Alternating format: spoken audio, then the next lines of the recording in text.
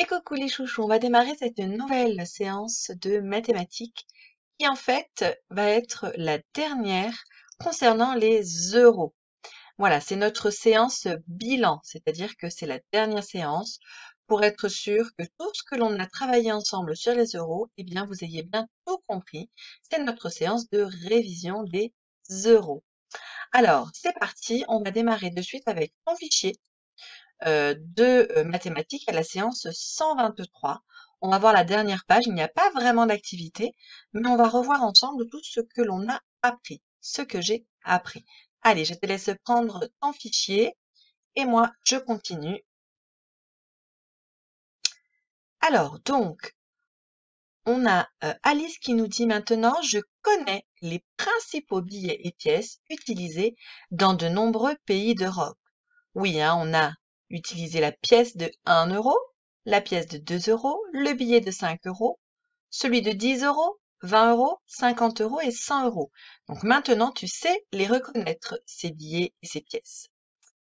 On a Maëlle qui nous dit, je peux faire la même somme d'argent en utilisant différentes combinaisons de pièces et de billets. Oui, rappelle-toi, pour faire par exemple 20 euros, dans mon porte-monnaie, je peux avoir différentes choses pour faire 20 euros. Je peux par exemple avoir simplement un billet de 20 euros. Ou je peux, dans mon porte-monnaie, pour avoir 20 euros, avoir deux billets de 10 euros. Et plein d'autres combinaisons, plein d'autres façons de faire. Idriss, lui, nous dit, une somme d'argent dépend de la valeur des pièces et des billets et non de leur nombre. Oui, souviens-toi, pour 20 euros toujours, je peux avoir 20 euros avec un billet de 20, seulement un billet, mais je peux aussi faire 20 euros avec 20 pièces de 1 euro. Donc j'aurai beaucoup de pièces. Mais pourtant, ça n'a rien à voir avec la valeur. C'est-à-dire que je peux avoir pas beaucoup de billets et de pièces, mais avoir bien plus d'euros que quelqu'un d'autre qui en aurait plus. Hein, tu te souviens que la quantité des billets et des pièces n'est pas la même chose que ce qu'ils représentent, ce qu'ils valent vraiment. Voilà un petit peu donc ce que l'on a appris. Donc je te propose quelques petites activités. La première, alors que tu peux faire sur ton ardoise ou sur ton petit cahier bleu, et tu peux bien sûr t'aider des billets des billets et des pièces que tu as fabriqués. Hein. Si tu n'en as pas fabriqué, c'est pas grave, tu peux les dessiner ou, euh, ou peut-être que tu n'en as pas besoin, écrire directement le nombre qui correspond au billet. Regarde ce que je te demande de faire. 5 façons de faire 100 euros. Alors, je te laisse chercher un petit peu. Après, moi, je vais te dire mes 5 façons qui sont derrière mes caches blancs. Donc, tu réfléchis avec tes billets ou pas, si tu les as pas, sur ton ardoise, ton petit cahier bleu, à comment faire 100 euros en utilisant donc la monnaie ici que l'on connaît. Tu peux utiliser autant de billets, de pièces que tu veux, mais simplement cela. Et en tout, ça doit faire 100 euros. Tu mets pause, je te laisse travailler. Alors, voilà, moi, les 5 façons de faire 100 euros. La première, elle était très facile pour moi, j'imagine que pour toi aussi. Eh bien, j'ai utilisé un billet de 100 euros. C'est une façon de faire 100 euros. Deuxième solution, eh bien, j'ai pris 2 billets de 50. 5 dizaines et 5 dizaines, ça fait 10 dizaines, donc j'ai bien 100 euros. Encore une autre façon, il en existe plein des façons. Moi, je t'en demandais simplement 5. Tu n'as peut-être pas trouvé les mêmes que moi, c'est normal, puisqu'il en existe vraiment de nombreuses. Voilà pour faire 100 euros, eh bien je vais compter les dizaines. 5 dizaines et encore 2, ça fait 7 dizaines. Encore 2, ça fait 9 dizaines. Encore 1, ça fait 10 dizaines. J'ai bien 100. Encore une autre façon de faire 100. Eh bien j'ai mis 10 billets de 10 euros. 10 fois 10 billets, eh bien j'ai bien 100 euros. Et enfin ma dernière façon, moi j'ai choisi celle-là, regarde. J'ai utilisé des billets de 5 euros et des billets de 20 euros. 5 et 5, ça fait 10. Donc là, j'ai une dizaine. 5 et 5, ça fait 10. J'ai une deuxième dizaine. Donc j'en suis à 2 dizaines. Encore 2 dizaines, ça fait 4. Encore 2 dizaines, ça fait 6 dizaines. Encore 2 dizaines, ça fait 8 dizaines. Encore 2 dizaines, ça fait 10 dizaines. Donc j'ai bien 100 euros. Voilà. Moi, je t'ai montré comment faire 5 façons différentes pour avoir 100 €, toujours dans ton porte-monnaie. Tu vois bien que la quantité n'est pas la même chose que la valeur de 100 €. Alors, je te propose maintenant un petit jeu. Alors, peut-être que tes parents ont photocopié cette fiche, mais s'ils ne l'ont pas fait, c'est pas grave. Tu peux le faire sans avoir la fiche. C'est un petit jeu où il va falloir chercher avec ta monnaie, donc en utilisant la monnaie que tu as fabriquée, ou en dessinant sur ton ardoise, le plus de combinaisons possibles pour acheter quelque chose. Par exemple, regarde ici, c'est la règle du jeu ici. Tu as par exemple la possibilité d'acheter un dictionnaire. Ce dictionnaire coûte 19 €. Donc tu vas devoir, dans ce tableau qui est là, ou si tu ne l'as pas photocopié directement sur ton petit cahier bleu ou ton ardoise, en fait c'est un peu la même chose que tout à l'heure avec mes 5 façons de faire 100 €. Là, tu vas devoir chercher toutes les façons possibles de faire 19 € pour acheter ce dictionnaire. Imagine tout ce qu'il pourrait y avoir dans ton porte-monnaie si tu devais acheter un dictionnaire à 19 €. Dans ton porte-monnaie, tu as autant de pièces de 1 € que tu veux, autant de pièces de 2 €, autant de billets de 5 € et autant de billets de 10 €. Voilà la monnaie possible pour toi. On t'a donné une première réponse. Par exemple, pour faire 19 € dans ton porte-monnaie, tu pourrais avoir un billet de 10 € et 9 pièces de 1 €. 10 plus 9, ça fait bien 19. Donc, c'est une proposition, une réponse possible pour faire 19 €. Et donc, c'est à toi de chercher le plus de possibilités, le plus de réponses possibles. Normalement, c'est un jeu qui se joue à plusieurs, qui se joue à 2 ou 3. Et le plus rapide, gagne le jeu. Donc tu peux, toi, te chronométrer, c'est pour ça qu'ici j'écris en 1 minute, voir combien de réponses tu arrives à faire en 1 minute, et après tu peux me le dire sur Classroom. Ou alors avec tes parents ou ta grande sœur ou ton grand frère, tu peux aussi jouer, et celui qui trouve le plus de façons de faire 19 €, gagne la partie.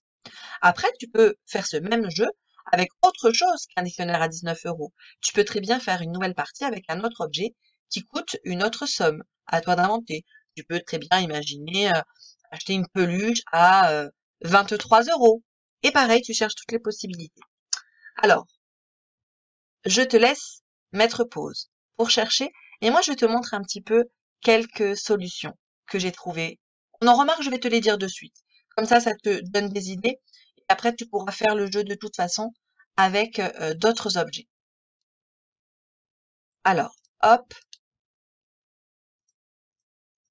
Alors, je cherche ce que j'ai fait là. Voilà. Alors, regarde-moi ce que j'ai trouvé en deuxième solution. Si je prends un billet de 10, j'ai 10 €. Ça suffit pas, il faut 19. Si je rajoute un billet de 5, 10 € et 5 €, ça fait 15 €. Et deux pièces de 2, donc 2 € et encore 2 €, ça fait 4 €. 15 plus 4, ça fait 19 €. C'est bon, je peux acheter mon dictionnaire à 19 € avec un billet de 10, un billet de 5 et deux pièces de 2 €.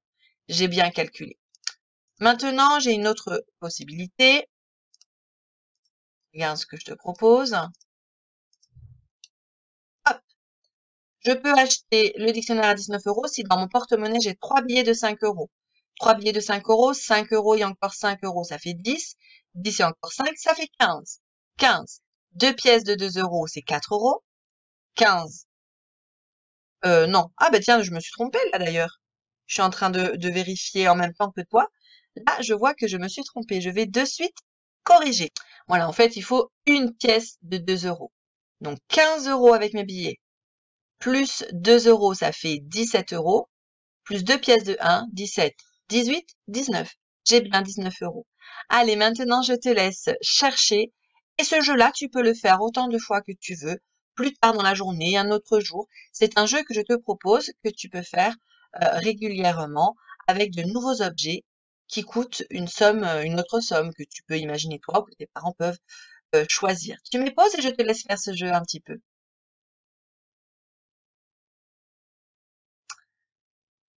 Alors, je reviens avec toi pour la fiche suivante, le travail suivant. Hop, c'est une fiche que tu as peut-être imprimée. Si tu ne l'as pas imprimée, c'est pas grave, c'est des petits problèmes que tu peux faire sur ton petit cahier bleu. Il y a deux petits problèmes. Le premier, il est là.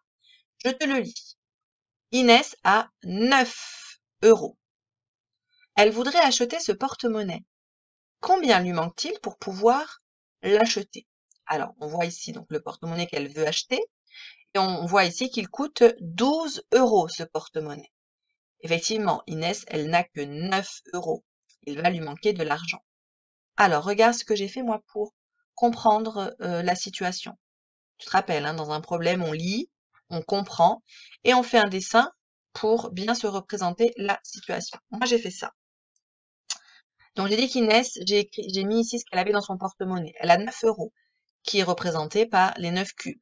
9 €, c'est donc, dans son porte-monnaie à elle, on peut imaginer qu'elle a un billet de 5 et 2 pièces de 2. 5 plus 2 plus 2, ça fait bien 9 €. Et le porte-monnaie qu'elle aimerait acheter coûte 12 €. 12, c'est 10 et 2. Donc, il faudrait qu'elle puisse donner au caissier, au vendeur, un billet de 10 et une pièce de 2 pour faire 12. Alors, elle n'a pas assez d'argent.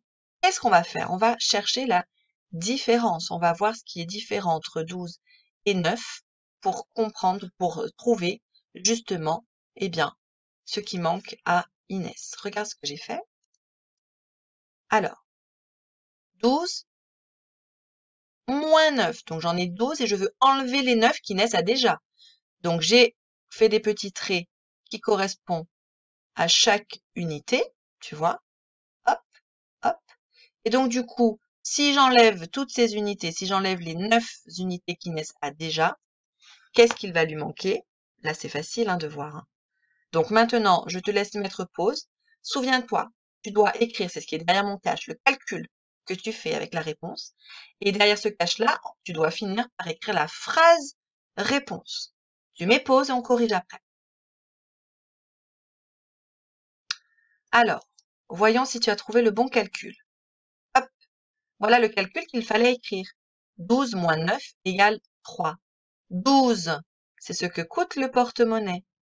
Moins 9, j'enlève l'argent qu'Inès a déjà pour voir la différence. La différence, donc, elle est là. Hein. 1, 2, 3. Effectivement, ça fait bien 3. Et la phrase réponse, combien lui manque-t-il pour pouvoir l'acheter? Il lui manque 3 €. Les mots, il suffit de reprendre les mots de la question. Hein. Bien. Voilà pour le premier problème. Le deuxième et dernier problème, il est là. Je te le lis.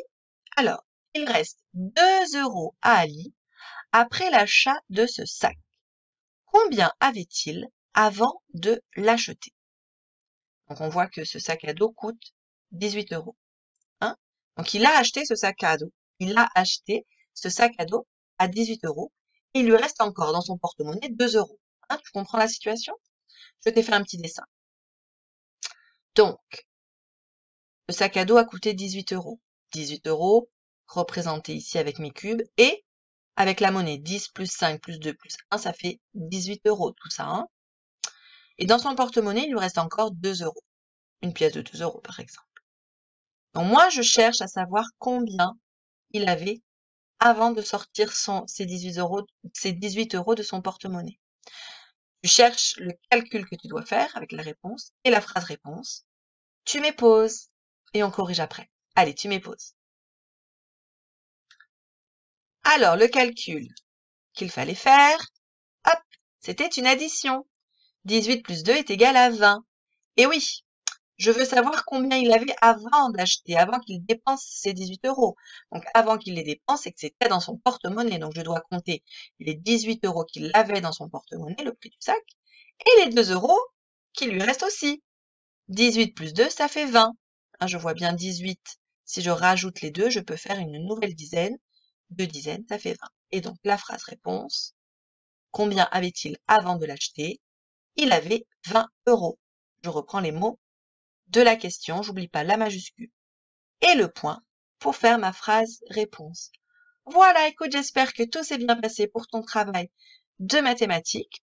Donc, n'oublie pas que ce jeu-là, tu peux le refaire autant de fois que tu le désires avec un autre objet. Ça t'entraînera à jouer avec tes billets, avec ta monnaie, si tu l'as fabriquée. Je t'encourage à le faire, comme ça tu peux manipuler si c'est un peu difficile pour toi. Ceux qui sont à l'aise, qui n'ont pas besoin. Oui, ça a coupé. Excusez-moi, j'ai pas fait attention au temps.